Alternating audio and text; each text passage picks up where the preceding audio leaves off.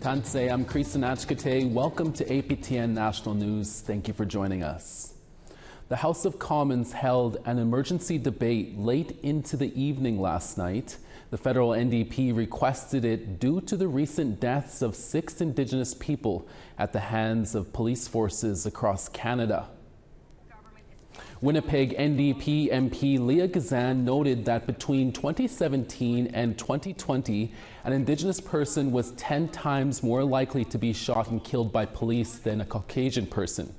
Nunavut NDP MP Lori Idlaut called on the government to implement all of the calls to action and justice from the TRC and MMIWG reports. She says this would reduce racism in police forces. Here are a few comments from last night's debate. There have been report after report. There's been recommendations after recommendations. Despite all this great work to see law reform, to see enforcement reform, we're still not seeing an accountable system that ensures that Indigenous peoples are protected, that Indigenous people live in safety, that Indigenous peoples get to live in comfort. Are they going to call the police when they've been in a situation where they've been faced threat? Absolutely not. There's a term, and I don't know what the term is because I don't speak Ojibwe, but the woman told me what the name for police was, the ones who take your children. So they don't call the police because there is not that trust. And that's the shame of colonial Canada that still results in our 6 young people dying. Let's not pretend that this is only a federal issue. The provincial governments have a part to play here, and we need them to be partners at the table. But the study should also look at what obstacles and systemic racism within the justice system are there, and what barriers exist that prevent Indigenous people from becoming law enforcement officers. And we'll be sure to bring you more updates on that story later in the week. MPs also returned to Ottawa this week for the first day of the fall sitting of Parliament. This included a lively question period where NDP MP Leah Gazan accused the government of failing to live up to its Jordan's Principles obligations. Indigenous Services Minister Patty Hajdu responded by blaming, in part, the previous Conservative government. The honourable member from Winnipeg Centre. Mr. Speaker, the Liberals' failure to fund services through Jordan's Principle is endangering First Nations youth. In fact, in Winnipeg, Spirit Horse Action Therapy is owed almost $400,000. And the First Nations Child and Family Caring Society says this government's neglect is putting kids at risk. When will the Liberals respect their legal obligations to Jordan's Principle and ensure the health and safety of First Nations youth? Hear, hear. The Honourable Minister. Mr. Speaker, I'm so proud to be part of a government that puts Indigenous children first. First Nations children are getting the services they need after a decade of neglect with the previous Conservative government ignoring their needs, leading to historic lawsuits and, of course, the compensation required to make up for such a terrible omission. And we are making it right, Mr. Speaker. We're ensuring that no First Nations child goes without the care they deserve. First Nations leaders were before the Indigenous and Northern Affairs Committee in Ottawa on Monday. Some were there to voice their concerns about Bill C-61, the First Nations Clean Water Act. Bill C-61 is currently going through a second reading in the House of Commons. Many First Nations have welcomed the legislation, which will address long-standing drinking and wastewater problems in their communities if passed. However, the legislation has been criticized for a lack of funding, failing to protect clean water sources, and putting any liability on First Nations. Federation of Sovereign Indigenous Nations Vice Chief David Pratt testified that the government is exceeding its authority with this legislation. 61 says Canada affirms First Nations' right to self-government and jurisdiction, that imposes layers of federal law that narrows our jurisdiction until there is very little room to move. None of this has anything to do with drinking water and should be taken out. Fresh water will become highly valuable in the near future, and we see the legislative overreach in C-61 as part of a larger strategy by Canada to strengthen their decision-making over water. We now want to tell you about this week's website poll question. We're asking our readers, should there be a federal election right now? Your answers are yes, no, or unsure. Have your say at www.aptnnews.ca. The Canadian Medical Association says they will be apologizing for the role they played in the harms caused to Indigenous people in the healthcare system. The CMA hopes the apology will address the damage it caused to Indigenous people through such practices as systemic racism in the healthcare system, birthing alerts, forced sterilization, and forced medical experimentation. Advocates say it's because of these historic and ongoing issues, many Indigenous people don't trust Western medicine and choose not to see a doctor. Dr. Alika LaFontaine, the first Indigenous president of the CMA, helped put the apology together. A ceremony will be held in Victoria, BC at 1 p.m. Pacific time in the traditional territory of the Songhees and Kosapsum nations. APTN News will be there, and we will bring you an update tomorrow. 29 years ago, unarmed land defender Dudley George was shot and killed by Ontario Provincial Police. That incident eventually led to the Ipperwash inquiry. In 2007, the final report of the Ipperwash inquiry was released. The chief of Kettle and Stony Point First Nation tells APTN reporter Annette Francis recommendations from that report would help in an ongoing issue. Ipperwash Beach sits on the shores of Lake Huron. It's one of the longest freshwater beaches in southwestern Ontario. As calm as it looks, there's been ongoing tension here between cottagers and the Kettle and Stony Point First Nation. Chief Kimberly Brissett said things got heated this summer when cottage owners barricaded the entrance to the beach. That's kind of what sparked the community to say we need to do something about this, because they're now attacking our youth and saying you can't be on this beach, your beach is over there, you know, stuff like that. So that really brought an uprising in the community. The beach barricades were eventually removed by community members last month, but Brissett says cottagers had no right to waterfront. They have never surrendered. Some of the realtors have added on the deeds that they own to the water's edge, or they own 25 feet, which that's never been surrendered by our people, and especially the beach that's right in our community. It's never been surrendered. Brissett says had the recommendations of the Ipperwash inquiry been acted upon, these types of disputes should not have happened. According to the Anishinaabe Nation, which represents 39 First Nations in Ontario, there has been little movement on the inquiry's 100 recommendations. 7 key recommendations were supposed to be immediately implemented, including the establishment of a permanent, independent, and impartial agency to facilitate and oversee the settling of land and treaty claims in Ontario. The agency should be called the Treaty Commission of Ontario. Brissett says there is documentation from the inquiry stating they are the original title holders to the beaches, and that legal action will be taken to prevent the cottagers from blocking the beach again. APTN contacted the president of the West Ipperwash Property Owners Association and did not get a response by airtime. Annette Francis, APTN National News, Ipperwash Beach in Ontario. An appeal made on behalf of the Casca Nation regarding BMC minerals of the Kutsakaya mine was heard in the Yukon's Court of Appeal late last week. It's the latest in a years-long legal saga between the Casca and the territorial and federal governments concerning the proposed mining project. Sarah Connors gives us the details. Dozens gathered outside Whitehorse's main courthouse on Thursday to lend their support to the Casca Nation's appeal of a territorial Supreme Court decision. I didn't know that the Casca had so much support. I really, I just can't believe it.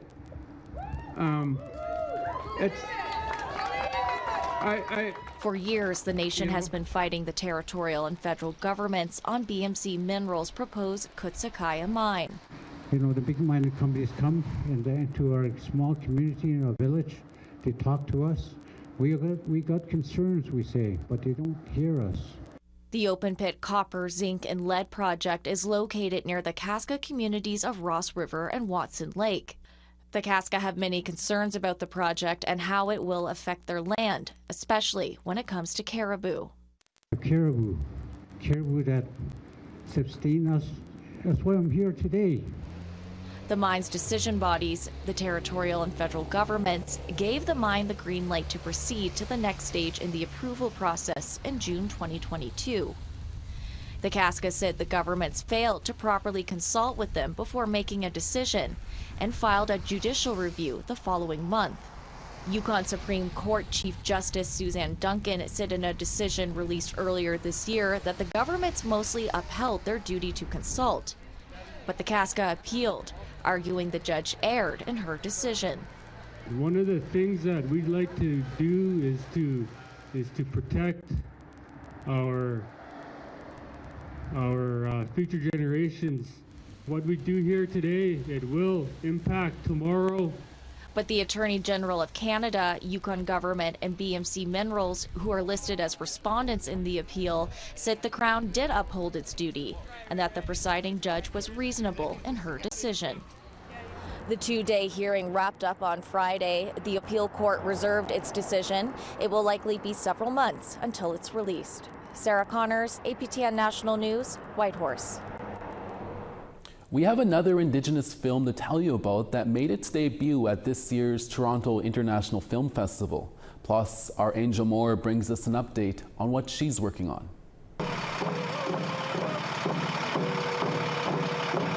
About 100 people walked in the Agecoutay First Nation, calling for justice for Stephen Iggy Deedham. The 34-year-old father and fisherman was shot 1 week ago by an RCMP officer during a wellness check. The community is outraged, stopping at the RCMP detachment for ceremony. Tegan Copage is a band counselor. He said he and other community members rode on the building to send a message and prove a point. We just got to continue to fight and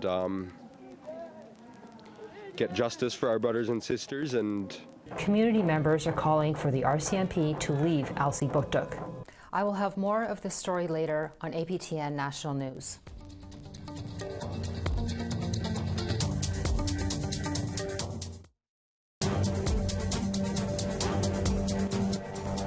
Welcome back.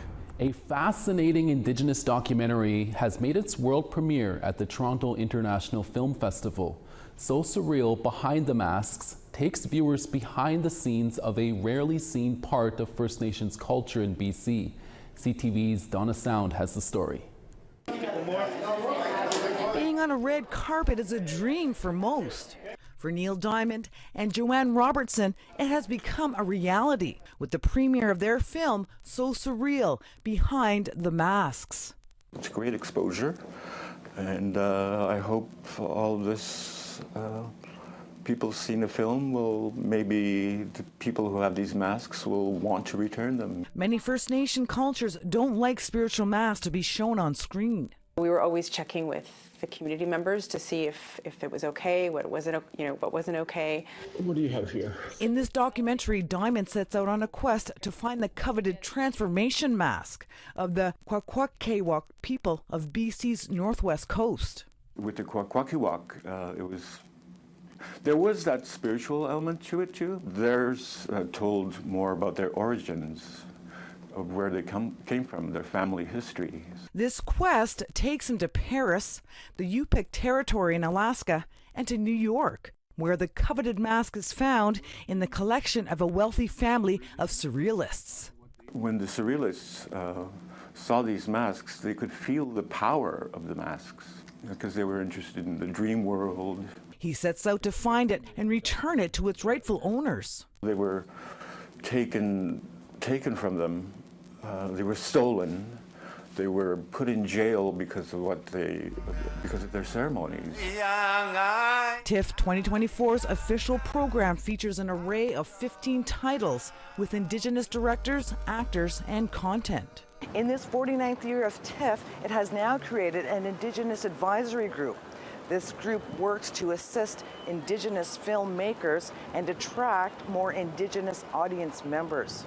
Ghana Sound, CTV News, Toronto.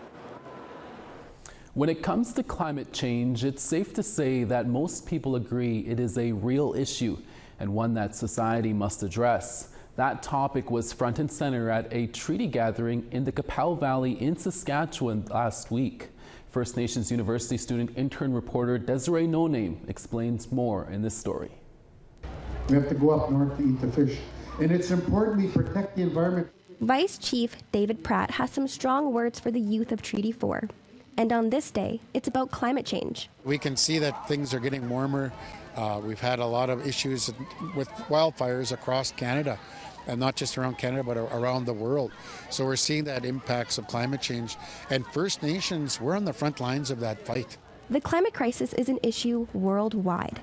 The youth, like Kenton Francis from Nikanit First Nation, sees it all around him. You could really see it from when I was younger, I noticed, and till today, you know. And it's a drastic change in the environment that's a little bit dangerous and might be irreversible in the future. And we can't swim here sometimes, you know, or eat the fish of what the older people were talking about. The Youth Climate Action Forum is among many events at the Treaty 4 gathering in the Qu'Appelle Valley. They are discussing everything from global warming to pollution and how it affects Indigenous people. 40% of the people impacted by climate change are First Nations people. That's forest fires. Right now we have a number of our people that are being evacuated from south end of Reindeer Lake. But it's not only youth addressing important topics like climate change. Community members from Treaty 4 are meeting in the governance teepee located right behind me for an open forum. We can come together and give back the way we should be, the way it needs to be, the way it has to be, for us to grow as nations, for our children. The people in this room, mostly elders, have something in common. They have lived experiences and have witnessed many changes, both good and bad. This is their time to add their voice to matters that affect them and their communities. We've moved towards a more sovereigntist approach, not only to how we engage with each other in our communities, but really how we talk about sovereignty and rights. That moves away from Crown-sanctioned bodies. This gathering of various generations, whether it's inside or out, is a reminder of the original treaty signed 150 years ago. A treaty not always honored, but lives on through education in the minds and hearts of thousands of youth who walk freely on the very land where their ancestors walked. In the Qu'Appelle Valley, I'm Desiree No Name. Thank you, Desiree. A Cree mother from Alberta is telling her story of resiliency. We'll have more when we come back in less than 3 minutes. Stay with us.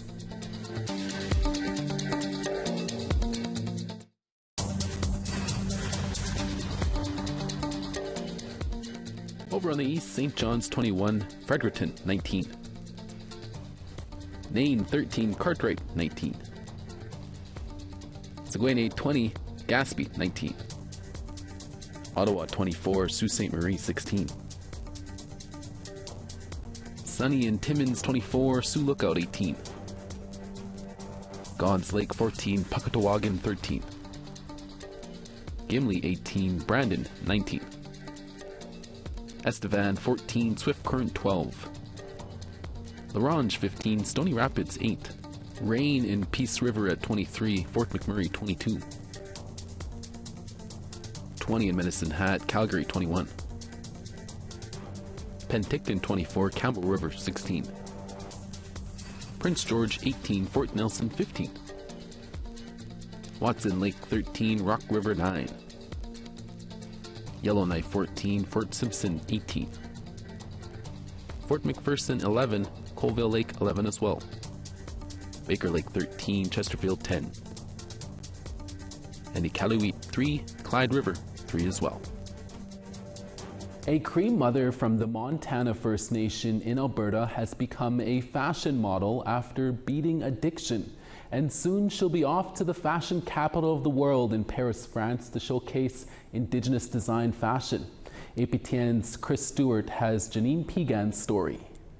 Since the end of 2022, Janine Pegan has worked at the Musquetees Counseling and Support Services. a month before she started working there. She had graduated from their detox and rehab program. The mother of two had fallen into addiction and says that it was with the help of the entire staff that she was able to recover. The staff actually had a hand in my sobriety. So everybody that is here as a team has helped out with my sobriety, with counseling, mending broken hearts, the programs, the graduation. There's just so many hands that helped me on my sober journey. While also being an admin assistant, she is a model and an in-demand beader. And I've gained a large Instagram following because of my beadwork.